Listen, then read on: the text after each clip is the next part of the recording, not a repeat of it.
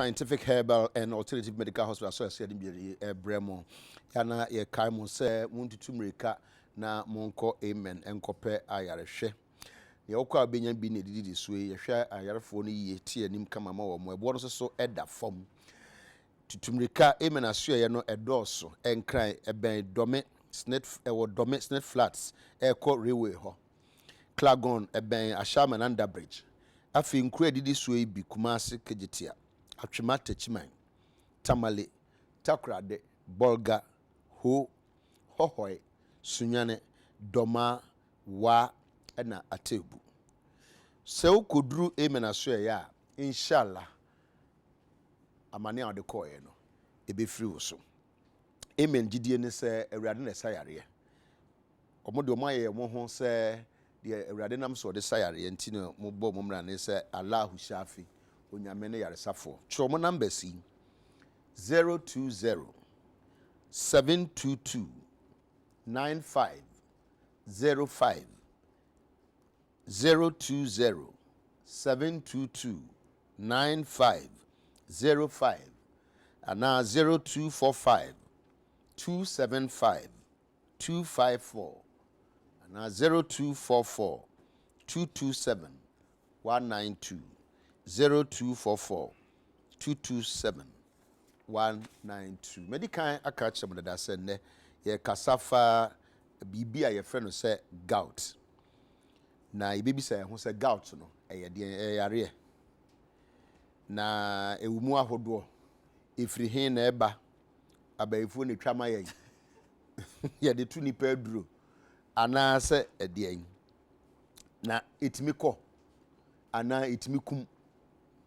Wenim nim sama epese ebisa na ebe ya ebi ento yen na sayare no ehumfoni beba timi ni kan mo kokwa ansa obi wo ho a ohwe TV na wo hu ade ebisa ni enyan a ontimi ni di timesre wo se wudidi amene sesi ya bon intenten enya sa so na obi a obota fono wa de makugum a eba kura enko ebeka.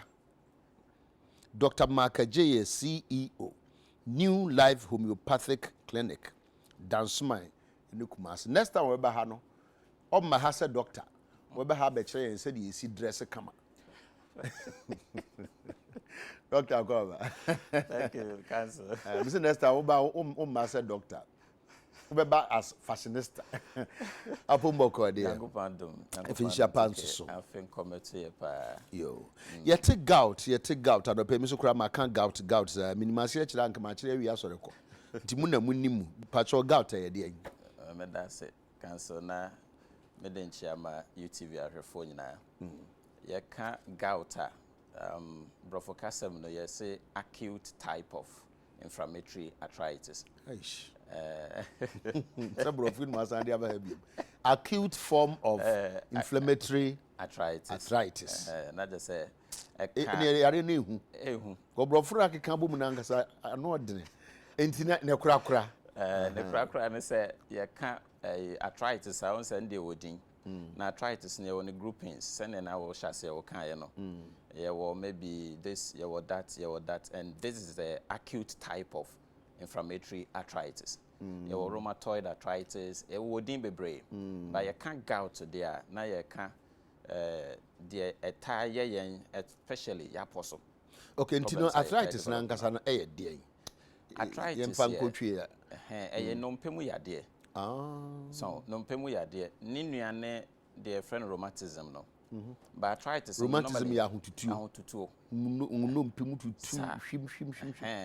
And arthritis ne ba most of times I know do obehwe no ebia na ukotojon ahono waposo no ahono na ma so much pain enti edin komo na ho nsem ne bepie enti wo ka sa gout ne share arthritis ne group no inside nti akoye dompem yare e na say wo na poso pa no de ho na any target na poso pa de no opa free ho say ye nsuma ne say o me how na etomre bia ya na ahweye kakra yenye ana ma onya kwan ba be ha yen because no de edin enti say cancer to ebi ne so meti ebi ne me so ebi anema bi a de tutu aye ntia enti de wanya bi no no ana invite ne so onya dey omra conduct baby asa na meka nti brofro beka say self inflicted sa wa ye bibi fantasy beka say wala akofa aba wala sure I see enti no ye beka ho asem ade ba ko masua ne sisi ane say gout no wa nkasa na akofa ba na mpese me bisa say anopa nti wa nkasa wo kofa sa de ma ho nti eye na wo kofa so kura nya wo nko a na obehunu amane because wa ho tutu ba na wusu a wo be pene amaye a yeti wo fi achi hore yate nti yesra wo na ye wie pa wo last aro no ebise sa wo koso pene na yete a yese wa hyede na pese otete ye nti no wo last aro no nti doc e de na kofa ba me da se pa na ye ka gout a de de ba ye wo bibi woni padua ni mu a ye frɛ no uric acid. Uric acid ne ye substance bi a enye poison. Why ne ho to say a din acid na count to say very powerful. Uric acid. So acid de ewewe. Sa. Enti oboa kwanuasa pi so make sure say even infections bebre ho kra no no battle ma ye kra ye mfe ani hu. Enti nka ne dwumadi e odiboa ye no eye papa. Na mmom ekodoso a. So say bro so a. E de say bi o ye ka bibi ti say glucose.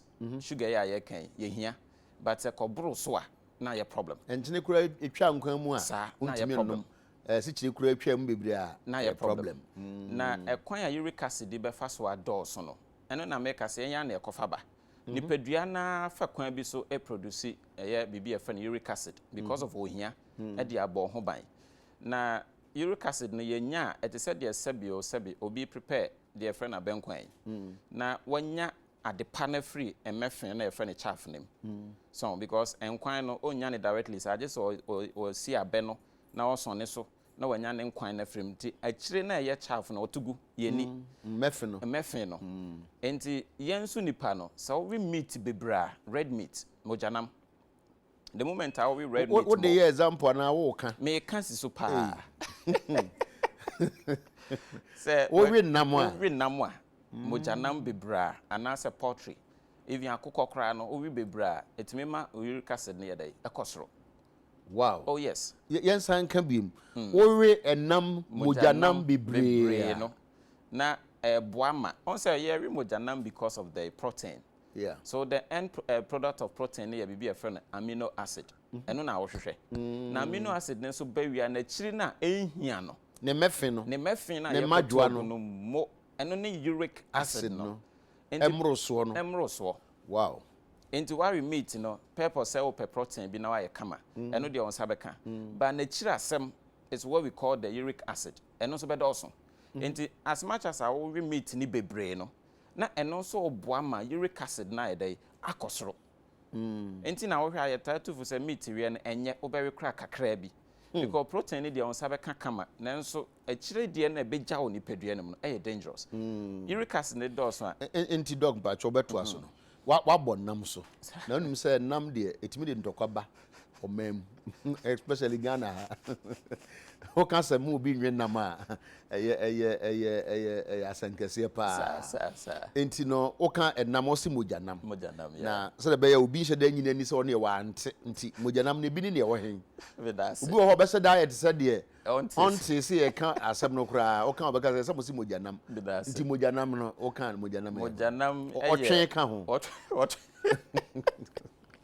Adekye otwe ka o mojanam doctor kan otwe otiri wuram on kan obi a nti otwe cause o say the difference they say the otifie no sometimes a kwan ye fa so yen wo mo no mo impact e wo bone so e wo nipadua ne so no ye higher than the otiwram okay because e bi kra tifie anuane ye de ma wom ene fertilizer ye omuniema bi se be on be ye fine enti e ma wom no yare e ba wom no ye higher than the otiwram enti na ye na nkofo se wram nam no ye papa sen e fie de in a way e be ka say no kre because no wura na na owe but the oni ni party de e kwan bi so onuane ma bi konimu a e bi ankense say ye de e ba sa na mom ye kamojanam na aponchinam so a goat and a sheep and a cow and a de sunlight kotoi yo he hey the sunlight kotoro no And also eka ho bi, that is prokonami ni di bebre. Sana ebi mo nsala to bi mu. Omo beduru ho anu ma frɛ yi ne sɛ onye nsi ho. Oh, okay, wa pre-order. Tell you pre-order. You do happen wafa. Omo ni ji wo. Sometimes driving na hwe joint na say na omo go no say, "Hey, munim de mo ye de." And ebi nim so ho mo ko mo pese mu amanfo hu mu nti okwa no apake opposite ho. Enye nice kra. Ya chi mu nyina. Ye we so ye fere. Oh, enti ne nyina awie no eboa ma uric acid. Ana me kan poultry on say akokɔ nam. On say akwa say ye nya uric acid ne more from animals. Emuam and ye tanya free na mostly ne ye omo de ne moja nam no side no. Enti ware ne more no uric acid ne beba soro. Eba soro a sese abe XX dodo na nipadua ne hia no abro so. Na enya basa pa etumi se wo nompe. We etumi ma wo nompe ne kra ye weak. Doc wo ye na wo hwe screen no so. Wo kan de me ya ate ase de se wo se ade ne ye acid. Sa acid so de ewewe etumi kra we dade eno ano no ndi se ri nompe enye nwanwa na te se eri wo nompe shade that TV so dompe no me joint ho no na ho na awesa no na de aba ne se ensuo bi wo ye joint your friend is synovial fluid sa fluid na kwa say bibi e ma ye joint na ye free on say etumi kwan ye nsa etumi kwan ye kotodwe sa ensuo no na ma sa flexibility no e positive na uric acid ne dose a na sa ensuo na eko na akwa make sure say o joint woni be ye free na kwase no kai because uric acid be form be say clusters be say akwa stagi wo in between the bone no akota ho na ewewe na rinso na ema ho ye free na wo ho adwo form na watimi ama o muscles na o joint na ye free na kwase no enti nya basa pe na ma bone ni pe say dey etwi enti na just say say dom it is a break pad are cancer no ano no break pad we it is a uric acid akosai synovial fluid ne wo joint nti e ba no say na nipa ro ya na tibia mu te sen picture me hu ye no tumu say ne na ho no ho ahonho nti ye wo nipa bi mu wa ahonho no sa cancer gout nti emrante bebre for almost about 4 years no ntimi hwehwe a hye bi da a serious issue bebre wo shoe o master feel o closet ne adim but ntimi hye da nti ya so aya so mo hye slippers as oboa bibi koso it would because shoe no sha sa pain we no starting more from your ankle on 19 ho no waposo no bo ne ho ya wo ya into the koshe shoe bi a cover wo na nyina untumi I just slippers ana wo hia mrante na wo mo LMP no wotogu so as o dey life no dey life no kreni ya no na mu yeah, because the pain never no. It's na me de say we say o kamu a o di disturb ye. Yeah. Very very painful. Yeah pa. Wow. Gout no say bi o kan nyina na beginning to imagine say hwe obi ekohwie accident agu no so na say de asi ya rewi na nim afa na ne similar form bi abesha o joint. Won say the nipa ne na ye hwe de fofo a ho. Say an joint ni nyina ye inflamed. So enti ama dompe ni twi na me ho na say we say o shoe your size 42 a ehuri ko be 45 cry to be go ntimi ego o we kura de ntimi nche this a Wellington boot we mu nyina ye that kind of gout in the family ni bia so enti say uric acid ne dose na say fluid no na ma bone ni twi a then ebeja inflammations enti obi ho abehwe no aye bawe na asa ho no na sa ye wo ya na painkiller enipadua ne so ofa ebema sa pain we yakọ no ye modin strong ones no they are no odin enye paracetamol anu ye ibuprofen ne paracetamol normally painkiller mo fa no be the Voltaren ne naproxen ne those kind of heavy painkillers and o mutumi fa etumi dwo kakra nti Ghana ha nipa be wo ha sa ni ma we say take bebre emao memao bebre ne se sa ma ne mema no mo we nam ni se sa nipa no ba hospital to say we akọ be we nam obebu sa so ni mani je won but o kasa no kan say enam no dose a sa ye kasa dose na enesei enama dose no enesei o say tike ye ka enam abro so a even WHO ama ye calculations be say any purpose or we meter a Manchester Dakar no baako a day ana Manchester Adaka da kwa become a mystery. Was say Manchester Adaka e obi wo ho e so. I don't know come be kan. Bible say Manchester Adaka is a box na e wo mu na say okay, yahu ni opese o chere ya o de man nka ya. Say Manchester Adaka. The Bible say so we say say kese la na. We ya ka kitwa. Ana say yahu dada o de ye Manchester Adaka. So Manchester Adaka be Manchester Adaka. Da we de kitwa lo. We ya specific. I don't mean so ye. Oh sir, a partner do. A partner do. Wow. It's that size. How much Adaka na say? Kitwa no, eno baako abro so ana mienu. Meat o. Akwada de no na. Akwala penny de no. Ah, so onye adwuma na say say. Onye adwuma. Ne ho akire na say. Dokupa. Dokwa say ye krom ha ye gbaponcha pese ejida. Yeah. Utimi ko ba bi say okope fufu edi. O de otin ncha. Waka say we hia o. Waka say we do bottom. Because obi timi we nam na fufu no nti o de two din say me kodi fufu no asoro ko. And I said doc you the na nyame asem na make nkrofo de say. Wo mu no ne nti a o de nam no gusu ne say. Sir. Obi be ka say na de. Doc hia no. Say obai. Eti o say gusu. And na it's fashion. Who ye show? Any anka gusu we kakra so rekoi. Hwan? Say aja who dey show. Because the moment I win the more no. Na boa yes protein ni dey beba. Any dey obi end out it. Na boa na mom na chirasem is the excess form of BB friend uric acid. Doc me say dey hear me pa na nima mi no utimi yi ano na mete me ho ase ai bepon. Anya sa dey say na yete ha no. Dey na be tu sa dey na ma nipa kon do nam bebre no afiri no. Because I na the problem no ba. Then they hear me. And after you be so be I no. Apart from so because unya nam re no. Kwan na fa so yi tu ase. We no question me na dey. That's it. Dey kind no. Dey emma nipa dru tibia bi mu a. Otumi ka se we dey mejai. Ene mra wanya nsunsuanso na ye dey e wo ne ho. Se meti he na ma wi meat na so minya meat we. Na won kan se anya impact say wo so a. Momi hu. Because obeka to so obi wi meat sen me but we okay. I don't know if you such any pages and so. You say you know so him answer. Good. Obi o ha baby e bo watch in the rex or no. E hwa hono. And now what pain more. Obi on so ne fingers na nkasa ne satia no. O tenemu kra na na o kam. Kotodwe eye ne ya. Ne ankle eye ne ya. Na aposo especially ne toes no. O fingers no ne toes on say bi ba e. E ho na hono na asa ye ya. Enti ye tufu a the best thing is say entwen ma futu resident so hwe ne ma.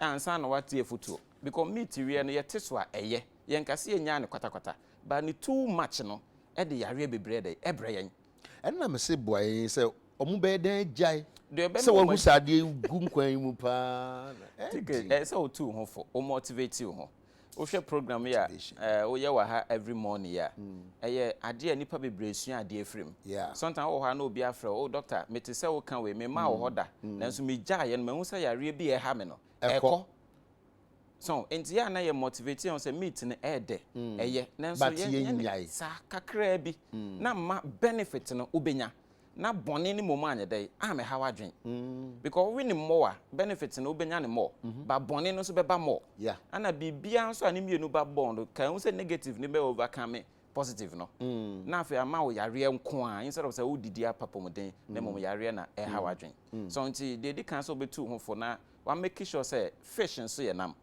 so we fish eno ni impact no boni e wo mu nti say mojanam no so one say be yare bi o ho e ba bibi di say sa nam ye say san la akoto yi yare bi ba ye say no a omo no ama ne ben so still na ekum because say ade na ye tick sa na virus na say bacteria need to meet them so it meet na inside into one say there no we crash still boni ni betima dey enyaw enti yentu ye hu for say meat we no ye be ma na ba form say be ya sa acute type of inflammatory arthritis yen ko fa bi nto ayi hu so a shoes afefe no ye be pack akudem ayentu menhye so obi okron on penchia o not because of on penchia because o so ne sa na o sheki kakra bia baby e bo watch no risk no e ho ye ne janti on passam ohun a high on so na wakọ so no ama wakọ kam enti yen twa meat we ne so e ba sa e be me ya save ye ho from this kind of trouble doc me why answer my question na we na kwan e be fa so e be boss adawru no say yen ti enam we no so no and I'm say ya dear be we see me mesrem we ya kan bi ne de asre e bi ho na doc kan na me de nanu asia no asia na so ya futuo ma ye nyina if you say ye mpesa wo beto shoe na egudam a wontimi nche ana mpukura se won searchi ebe so aso apapo na mgidi se mu amadwe ye mo se monya musika bi no mu bi di no mo na mo to mo na magya obi antimi ntumu fonti nanso so we de ye kan kire se da akye asem nti enti no doc ye da se pa ye bre na so we have bibia kai Dr. Makaje o se yente enam we no so na obi bisa se ne ye nwe de ye ri nkruma yere inyadoa tise obi tifi o ye di beans tike for asem free o corner aso ye wie nti na ye nyina no ye kan sa nti mesrem mo ye nye ne sa afi nso so mo amoton aduane na ye ba ho beto no ye ba mo mfi yen